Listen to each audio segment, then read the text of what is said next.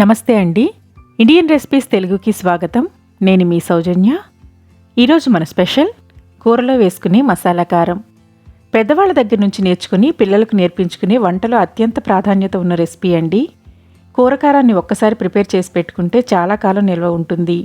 మంచి ఘాటైన మిరపకాయలతో మసాలా దినుసులను కలిపి కారం తయారు చేసుకుంటే వేపుళ్లలోకి, పులుసుల్లోకి, వెజ్ కర్రీస్తో పాటు నాన్ వెజ్ కర్రీస్లో కూడా మంచి రుచికరమైన కారం వంటింట్లో రెడీగా ఉన్నట్లే. ఏ వంటలోకైనా ఈ కారం చాలా రుచిగా ఉంటుందండి. ఈరోజు నేను మా అమ్మ చేసే పద్ధతిలో కారాన్ని చేసి చూపిస్తాను. నేను ఇంట్లో రెగ్యులర్గా ఈ కారాన్నే వాడతానండి. మరి లేట్ చేయకుండా ప్రిపరేషన్ని స్టార్ట్ చేసేద్దామా? మంచి ఘాటున్న ఎండుమిరపకాయలు కేజీ తీసుకుంటున్నానండి. గుంటూరు మిరపకాయ అయితే కారానికి చాలా బాగుంటుంది. అది లేకపోతే నార్మల్గా మీకు అవైలబుల్గా ఉండే మిరపకాయలను తీసుకోవచ్చు. బాగా ఘాటుగా ఎర్రగా నిగనిగలాడే కొత్త కాయలను తీసుకుంటే కారం చాలా బాగుంటుందండి. పాతకాయల్లో అయితే ఫంగస్ ఎక్కువగా ఉంటుంది. కాయలను చెక్ చేసుకుని తీసుకోవాలి. మిరపకాయల తొడిమిలు తీసేయాలండి. అలాగే ఆరెంజ్ కలర్లో ఉండే సచ్చుకాయలను కూడా తీసేయాలి. కేజీ కాయలకు 250 గ్రాముల ధనియాలను తీసుకోవాలి. మంచి ఘాటున్న మిరపకాయలైతే 300 గ్రాముల ధనియాలనైనా తీసుకోవచ్చు. అలాగే 100 గ్రాముల ఆవాలు తీసుకోవాలి. ఆవాలు 50 గ్రాముల నుంచి 100 గ్రాముల వరకు వేసుకోవచ్చండి. 100 గ్రాముల కన్నా ఎక్కువగా వేసుకోకండి, చేదొస్తుంది. కారానికి కొంచెం అటు ఇటుగా కొలత మారుతుంది తప్ప అందరూ ఒకే రకంగా చేస్తారండి. కొంతమంది ఆవాలు 50 గ్రాములే వేస్తారు, కొంతమంది 100 గ్రాముల వరకు వేస్తారు. కానీ 100 గ్రాముల కన్నా ఎక్కువగా వేయకండి, కొద్దిగా తక్కువగానే వేసుకోండి. మెంతులు కేజీకి 50 గ్రాములు వేసుకోవచ్చండి. మెంతులు 25 గ్రాముల దగ్గర నుంచి 50 గ్రాముల వరకు వేసుకోవచ్చు. జీలకర్ర మాత్రం 100 గ్రాములు వేసుకోవచ్చండి. అరుగుదలకు మంచిది, రుచి కూడా బాగుంటుంది. వీటన్నింటినీ ఎండబెట్టుకోవాలండి. వీటితో పాటు కారానికి 1/2 కేజీ పసుపు కొమ్ములు కలుపుకోవచ్చు. మేము పసుపు విడిగా కర్రీస్లో వేస్తామండి, అందుకే యాడ్ చేయటం లేదు. బయట పసుపు కెమికల్స్ ఉంటాయి. మంచి పసుపు కావాలంటే 1/2 కేజీ పసుపు కొమ్ములను ముక్కలుగా చేసి ఒకరోజు ఎండలో ఉంచి కొద్దిగా దంచి వీటితో కలిపి మరాడించాలి. కొమ్ములు అలాగే వేస్తే మరాడించేటప్పుడు ప్రాబ్లం అవుతుందండి. కొంచెం నల్లగొట్టి వేసుకోవాలి. వీటన్నింటినీ ఎండబెట్టుకోవాలండి. ఎండను బట్టి 1 రోజు లేదా 2 రోజుల్లో ఎండుతాయి. ఎండుమిరపకాయలు గలగలలాడుతూ పెళుసుగా ఉండాలండి. మీకు నేను ఎండబెట్టుకునే పద్ధతిని కూడా చూపిస్తాను. టెర్రస్ మీద పేపర్స్ పరుచుకొని పేపర్ చివరిలో బరువు పెట్టుకోవాలి. పేపర్ మీద మిరపకాయలు వేసుకోవాలండి. అలాగే ప్లేట్లో జీలకర్ర, ఆవాలు, మెంతులు, పసుపు కొమ్ములు వేసుకొని పేపర్ మీద పెట్టుకోవాలి. బాగా పలుచుగా ఉన్న సిల్క్ చున్నీని వీటి మీద కప్పి చివరల్లో రాళ్ళు పెట్టుకోవాలండి. కింద పేపర్సు, పైన చున్నీ వేసుకోవటం వలన ఎండ బాగా తగులుతుందండి. బండవేడికి దినుసులు, ఎండుమిరపకాయలు బాగా ఎండుతాయి. ఇలా పైన చున్నీ కప్పటం వలన ఎండ తగులుతుందండి, ప్రాబ్లం అయితే ఉండదు. నేనైతే ఈ విధంగానే ఎండబెడతానండి. ఏంటి ఇలా ప్యాక్ చేసాను అనుకుంటున్నారా? ఇలా ఎండబెట్టుకుంటే డస్ట్ పడదు, బర్డ్స్ వల్ల ప్రాబ్లం రాకుండా ఉంటుంది. లేదంటే పక్షులు చిందరవందర చేస్తాయండి. నేను కొత్తలో కారం చేసేటప్పుడు నాకు ఒక ఎక్స్పీరియన్స్ అయ్యింది. ఫ్లాట్స్లో బర్డ్స్ ఎక్కువగా ఉంటాయి కదా. నేను మిరపకాయలు దినుసులు ఎండలో పెట్టిన గంటకే బర్డ్స్ చెల్లాచెదురు చేశాయి.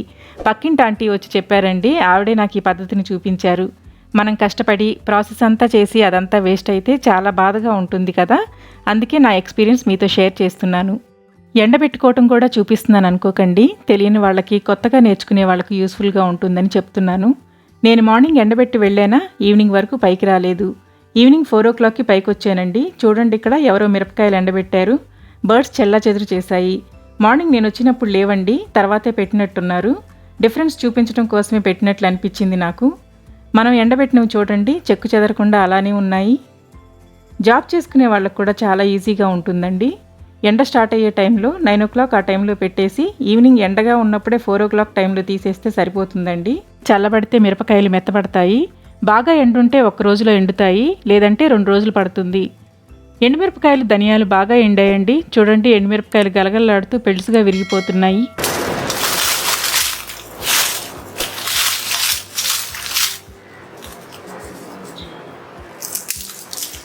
నాకు మిరపకాయలు 1 రోజులో ఎండిపోయాయండి. అయినా నేను 2వ రోజు కూడా ఎండలో ఉంచాను. మిరపకాయల్లో దినుసులు వేసుకొని మరాడించాలి. వీటితో పాటుగా శుభ్రం చేసి తడి ఆరిపోయే వరకు ఆరబెట్టిన గుప్పెడి కరివేపాకును క్రిస్పీగా వేయించి కలుపుకోవాలి. తడి ఎక్కడా ఉండకూడదండి, కారానికి బూజు వస్తుంది. తడి లేకుండా, మాడిపోకుండా క్రిస్పీగా వచ్చే వరకు వేయించుకోవాలి. చల్లారిన తర్వాత ఎండుమిరపకాయల్లో కలుపుకోవాలి. కరివేపాకును వేయటం వలన కారంకు మంచి వాసన, రుచితో పాటు పురుగు పట్టదండి. అలాగే 50 గ్రాముల కళ్ళుప్పు వేసుకొని తేమ ఆరిపోయే వరకు వేయించుకోవాలి. కారం పాడవకుండా పురుగు పట్టకుండా ఉండటం కోసం 2 గుప్పెళ్ళు కళ్ళుప్పు వేసుకోవాలి. ఈ కళ్ళుప్పు అవైలబుల్గా ఉంటే సముద్రపు కళ్ళుప్పు వేసుకుంటే కారం ఎక్కువ కాలం నిల్వ ఉంటుంది. నేనైతే అదే వాడతానండి. వేయించి చల్లార్చిన కరివేపాకు కళ్ళుప్పును కూడా ఎండుమిరపకాయల్లో వేసుకొని మరపట్టించాలి. కారానికి ధనియాలు, జీలకర్ర, ఆవాలు, మెంతులు ఎండబెట్టి వేసుకోవచ్చు, లేదా దోరగా స్మెల్ రిలీజ్ అయ్యే వరకు వేయించుకొని వేసుకోవచ్చు. వేయించి వేసుకుంటే దినుసుల్లో నుంచి స్మెల్ బాగా రిలీజ్ అవుతుందండి. అయితే కారం కలర్ కొంచెం చేంజ్ అవుతుంది. ఎండబెట్టి వేసుకుంటే లాంగ్ లైఫ్ ఉంటుంది, కారం రంగు బాగుంటుంది. కారంలో ఎండుమిరపకాయలు, పసుపు మాత్రం ఎండబెట్టుకునే వేసుకోవాలి, వేయించకూడదు. నేనైతే 2 విధాలుగా చేస్తుంటానండి. నేను దినుసులు వేయించి చేసే కారం మరొకసారి చెన్నై స్టైల్లో చేసి చూపిస్తాను. కారం మంచి వాసన వస్తుందండి. నేను ఇక్కడ వెల్లుల్లి యాడ్ చేయటం లేదు. మేము వెల్లుల్లి కర్రీ చేసేటప్పుడు తాలింపులో వేసుకుంటాము. మీరు వెల్లుల్లి వేసుకోవాలనుకుంటే 1/2 కేజీ వెల్లుల్లిపాయలు తీసుకోవాలి. రెబ్బలుగా విడదీసి పొట్టుతో సహా కచ్చాపచ్చాగా దంచి చివర్లో కారంలో కలుపుకోవాలి. మంచి వాసన వస్తుంది. మీ ఇష్టం అండి, ఎలా అయినా వేసుకోవచ్చు. కూరలో డైరెక్ట్గా వేసుకోవచ్చు, కారంలో కచ్చాపచ్చాగా దంచి కలుపుకోవచ్చు. కారం ఆడించాక పేపర్ మీద కానీ బేషన్లోకి కానీ తీసుకొని వేడి చల్లారేదాకా ఆరబెట్టాలి.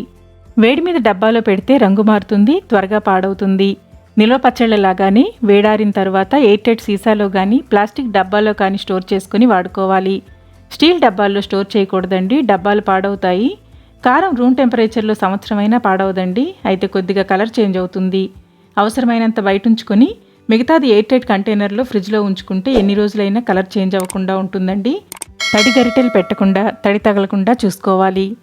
ఇంతేనండి, కూర కారం తయారు చేసుకునే విధానాన్ని చూశారు కదా. మరి ఈ రెసిపీ నచ్చినట్లయితే ప్లీజ్ లైక్ చేసి షేర్ చేయండి. ట్రై చేసి కామెంట్ ద్వారా మీ అభిప్రాయాన్ని తెలియచేయండి.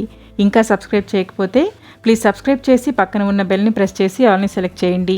నేను పోస్ట్ చేసే ప్రతి వీడియో నోటిఫికేషన్ మీకు రెగ్యులర్గా వస్తుంది. Thank you for watching.